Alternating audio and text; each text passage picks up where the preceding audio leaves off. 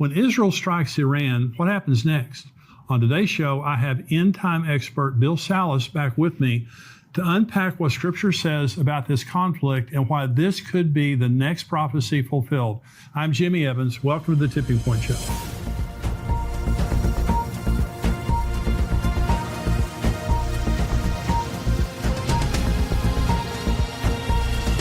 Welcome to the Tipping Point Show. I'm Jimmy Evans. I'm so glad that you've joined me today.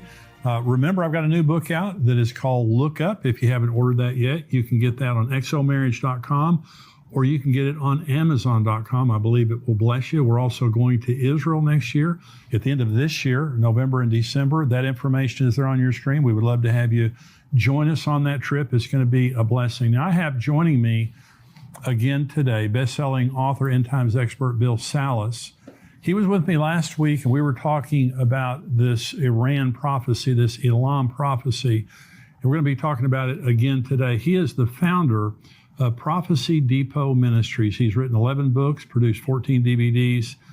He's an author and speaker that I've learned an awful lot from over the years. He's a researcher, very good teacher. I'm glad to have him joining me today to discuss a very important prophetic event, which is also a book that Bill has written called Nuclear Showdown in Iran. Bill, thank you for joining me again today. Jimmy, what a time to be alive. Right? I know it. My gosh. It's exciting. You know, it's prophecy is John Walvoord, Dr. John Walvoord, who was at the Dallas Theological Seminary. He was considered, I think, the scholar, the prince of scholars in the end times. He located 1,000 prophecies in the Bible. He actually wrote a book called Every Prophecy in the Bible that people can get. 1,000 prophecies in the Bible, and 500 have been literally fulfilled. And the other 500, of course, he said they will be literally fulfilled. Right. So Bible prophecy is all over the place, and it's empirical, it's measurable, and I don't think there's ever been an event in my lifetime other than the reestablishing of Israel, which was 1948. I was born in 1953. But except for the establishment of Israel, what's happening in Iran right now is just really an in-your-face fulfillment of Bible prophecy. There's going to be, of course, you wrote this book about Jeremiah 49. What do you think right now? Because we're going to talk about, last week we talked a lot about Jeremiah 49 and kind of the history of what's happened between Israel and Iran. What do you think right now is the most significant thing that's happening related to Israel and Iran? Absolutely. And I would also like to, before we start on the laying the whole thing out, maybe give them a quick recap. I can do it real quick about our show last week in case they didn't Absolutely. See it. Jeremiah 49 verses 34 through 39 speaks of 6 verses speaks about a disaster that happens, probably nuclear, in Iran, mainly around the western side of Iran, by the Persian Gulf over there. What happens is a time comes where the Lord gets fiercely angry with Iran. He brings about a disaster. The reason he's angry is because there's bad leadership, because he says he will destroy from there the kings and the princes, and he'll bring about a disaster. And the way the disaster happens is he's going to break the bow. He's going to stop the missile launching capabilities that Iran currently possesses at the foremost of their might, meaning probably their nuclear program, so that they won't be able to launch something lethal somewhere, probably Israel is our concern. Right. He's going to prevent that from happening at a time when Iran has a menu of enemies, and they do today with Israel, the international community, America, the Gulf states of the Arab states over there, Saudi Arabia, etc. And that's sort of a nutshell of the prophecy. The good news is the exiles who get dispersed as a result of that disaster will someday be restored their fortunes back into Iran. That is a lot of Iranian Christians who've converted from Islam, very excited. But that's sort of the nutshell version of the prophecy. So now we can talk about, well, how do we get from here to there in this program? Yeah, and so you've written a book, The Nuclear Showdown in Iran, which is talking about the Elam, the prophecy, Jeremiah 49, concerning Elam. You've also written a book about the Psalm 83 war, which also is a part of this scenario. I mean, it's a part of the end time scenario.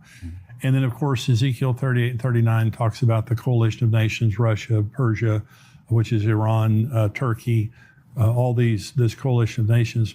So there's going to be a succession of these wars. Now, do you believe that the war this Elam prophecy, which is really the destruction of Elam, do you believe that that precedes Psalm 83? I do. Tell me why. My radar right now is a sequence of prophetic events. Like you said, Israel 1948 was the last literal fulfillment of a prophecy. They're celebrating their 75th anniversary this May. Amazing. And I think the next prophecy is going to happen probably even this year, maybe this Iran prophecy. And it won't be another 75 years until the subsequent one. I believe at that point, like birth pangs, they're going to be becoming more intense and come more frequently, and you can't stop them. And Jesus used the analogy in Matthew 24, verse 8, end times would be like birth pangs, right? These types of events. Right. So what I'm looking at right here, because what we see going on with Iran's nuclear program, we went through a whole history of the last 10, 13 years of Israel's concerns about Iran's nuclear program. I believe they've got to no longer act covertly, but going to act overtly against Iran, and they're going to attack Iran's nuclear program. They've been training for it. They've got money for it, and they're prepared to do that. But they also know when they do that, they will create probably a proxy war around them with Hezbollah to the north, who has 150,000 missiles, some of them precision guided, pointed at Israel that they could fire about 3,000 missiles a day. You also have Syria, right? Iran's proxy Syria with Bashar al-Assad, who used chemical weapons over 300 times in their Syrian revolution. Wow. A serious threat to Israel. You have the Hamas down by the Gaza area there, Iranian proxy, who says they can send 1,000 missiles a day into Israel to match what Hezbollah is doing from the north. So Israel's surrounded. You have the Houthis way down beyond Saudi Arabia, down in Yemen. They say we also now have precision-guided missiles from Iran that could hit Tel Aviv. You have Shiite militias in Iraq and more. So I'm saying at this point Israel has to act. They've got to probably preemptively act, maybe even unilaterally. Well, their options are all terrible. If they don't do anything, Iran is going to strike them with a nuclear weapon. They've said they will. They've been trying to get nuclear capacity, which they either are there, they're very close to being there. Now, on the last program, Bill, you were talking about how they have attacked Iran's nuclear facilities over and over, killed their nuclear scientists, all those things like that. And so Israel knows what's happening in Iran. Do you believe that? I mean, in their nuclear program. I absolutely do. Matter of fact,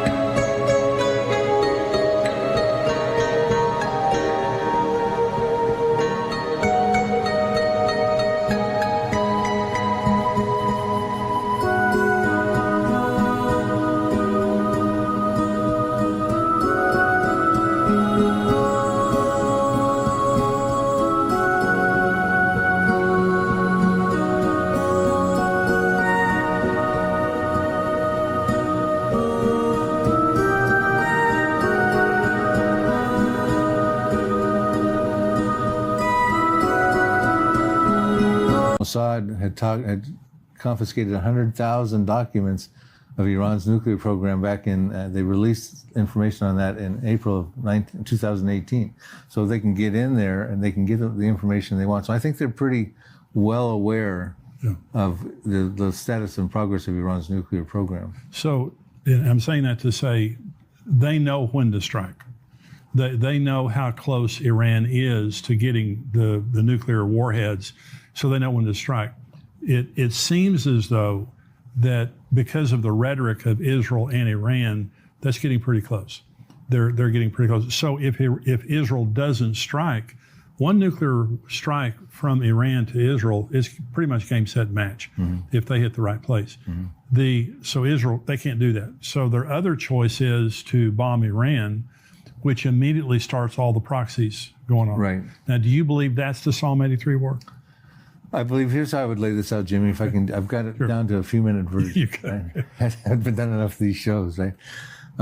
Israel and Iran go toe-to-toe. Israel probably preempts a strike. Iran then calls upon its proxies, who we just enumerated upon. Right. It's got Israel surrounded. Right. Now, Iran is not in the Psalm 83 war, which we can talk about who is in just a moment. But Syria, under the banner of Assyria, Hezbollah under the banner of the inhabitants of Tyre in Psalm 83, Hamas down in the Gaza, the Philistines as part of Psalm 83. They're all involved in Psalm 83. I believe they would then come with Iran against Israel. And I think Israel comes under a prison rules fight. I mean, they're in trouble now because their Iron Dome and their defense missile systems cannot stop the barrage that's going to come against them. And I believe then you would see Israel has to act out with a nuclear weapon and take out a major city to make a statement. And I believe that city they would destroy would be the most opportune city to destroy. Right close to them is Damascus. Right. I believe they would reduce Damascus to rubble in fulfillment of Isaiah 17, verse 1. Right. It says, Damascus will cease from being a city, it will be a ruinous heap. We find out in Isaiah 17:9 that desolation is caused by the children of Israel, the Israeli Defense Forces, who exist in fulfillment of Bible prophecy, which I can get into if time permits. It also says in Isaiah 17, verse 14, that one night you see him in Damascus in the masculine pronoun, in the morning he is no more. This is the portion of those who rob us and those who plunder us, meaning in self-defense, overnight, against the barrage that's happening against them, Israel takes out a major Arab city. When they take out Damascus, the Arab world is going to flip out because that's an Arab city, and it's the oldest continuously inhabited city in recorded history, dates back to the time of Abraham. Yeah. And they're going to be concerned, what about Beirut? What about Amman?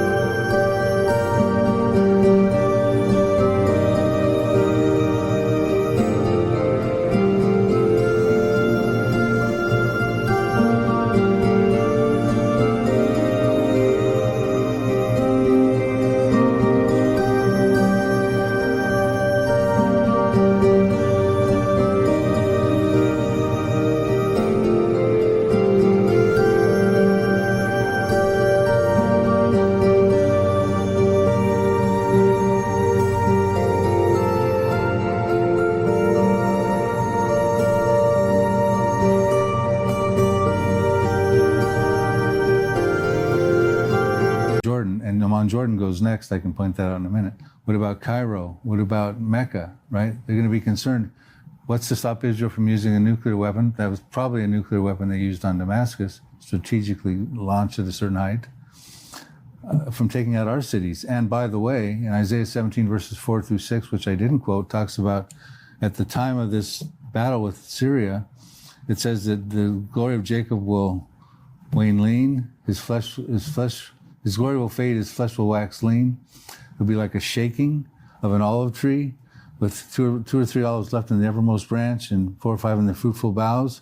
And when you use the imagery, what Isaiah seems to be saying is that you superimpose an olive tree over a map of Israel, and an olive tree can have 500,000 olives on it, on a modern, and they're very common trees in the Middle East and in Israel. Yeah. And you got a shaking, and there's only a few left in the uppermost branch, and a few more down in the fruitful boughs. So it looks like Israel takes a hit with all the weapons and stuff coming against them.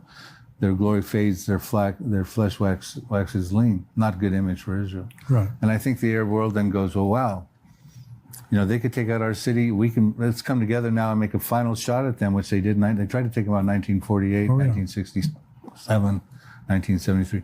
But now's our opportunity. If we don't do it now, they might take out our cities.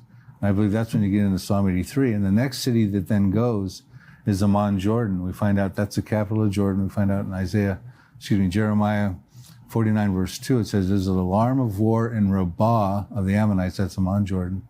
It shall be a desolate mound, and Israel will take possession of its inheritance. Wow. Meaning Israel's taken them out, just like they took out Damascus. They're not too far away from each other. No.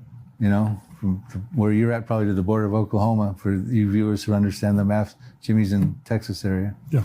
So they take out that city as part of because Amman, Jordan, Ammon, Moab, and Edom, by their ancient names, is modern-day Jordan. They're all in part of Psalm 83 also. Yeah. And then we get in, there's other prophecies I can get into too, Jimmy, but I see that being the fulfillment of Psalm 83. And when Psalm 83 happens, after Jeremiah 49, after Isaiah 17, Psalm 83, now you have Israel in a different position. They're mighty. They've got an exceedingly great army in fulfillment of Ezekiel 37:10, which said they would have an exceedingly great army. They can expand territorially. They'll take over their possession. We said Amman, Jordan. They'll take over Jordan. They'll take over 5 cities in Egypt. Will speak the language of Canaan. That's Hebrew. Isaiah 19:18. They're going to start to, when they win wars, they expand territorially. Joshua did it 3,300 years ago.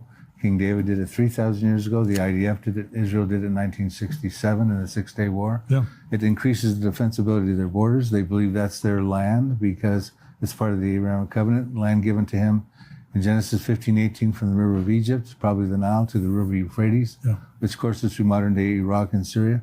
Someday they're going to get all that land. I believe they're going to get some of it incrementally after the Psalm 83. When Jesus returns, he'll give them all that land in the Messianic kingdom. But I think at that point, Israel can become dwell securely. They can take down the walls, the border walls they have with Lebanon, the fences around Gaza, the border wall they have with Egypt, the partition wall they have going through the middle part of Israel, 400-mile-long wall separates Palestinian terror from Israel proper. They can tear those walls down, live in unwalled villages, dwell safely, have plunder and booty, be greater, safer Israel. And I believe that's the Israel that Ezekiel 38 comes after Gog and Magog invasion, dwelling securely without walls, bars, nor gates in the latter years, brought back from the nations, living in the land of Israel, a peaceful people. They're not that right now, no, but they will be that after this scenario of events happens. We have much more from Bill and more insight from his interview in our subscriber portion today. To become a subscriber, visit endtimes.com and join us for only $7 a month. Along with the rest of today's interview, you'll get access to all of our End Times articles, shows, and teaching. Join us at endtimes.com today.